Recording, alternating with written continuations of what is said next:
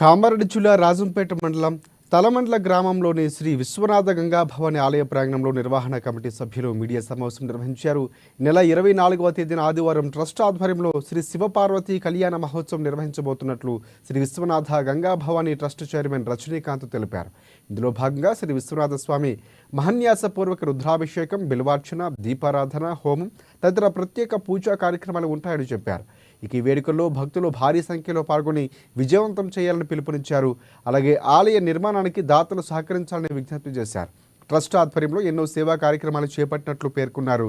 ఈ కార్యక్రమంలో సభ్యులు శ్రీనివాస్, గోపాల్, శ్రీకాంత్, మేఘనాథ్, నారాయణ, నరసింహులు తదితరులు పాల్గొన్నారు.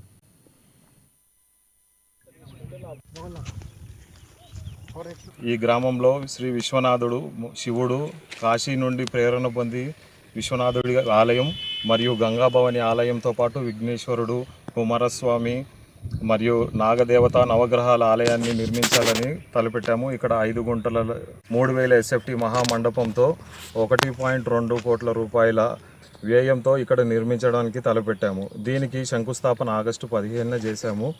ఇప్పటి వరకు పునాదులో 15 లక్షల ఖర్చుతో మా ట్రస్ట్ సభ్యులు మరియు మా సంఘం సభ్యుల నుండి సేకరించి నిర్మించడం జరిగింది. ఇంకా ఆలయం ముందుకు వెళ్ళాలంటే అందరూ భక్తులు వారికి తోచిన విధంగా సహకరించి ఈ ఆలయం త్వరగా పూర్తయి మన కామారెడ్డి జిల్లాలో ఒక ప్రతిష్టాత్మకమైన ఆలయం నిలబెట్టాలని మేము అందరినీ కోరుకుంటున్నాము.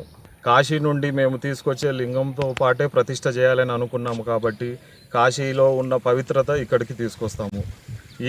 ఈ ఆలయంలో కార్యక్రమాల్లో భాగంగా వచ్చే ఆదివారము 24 నవంబర్ 2024న ఇక్కడ శివపార్వతుల కళ్యాణము, అభిషేకము మరియు రుద్రహోమం చేస్తున్నాము.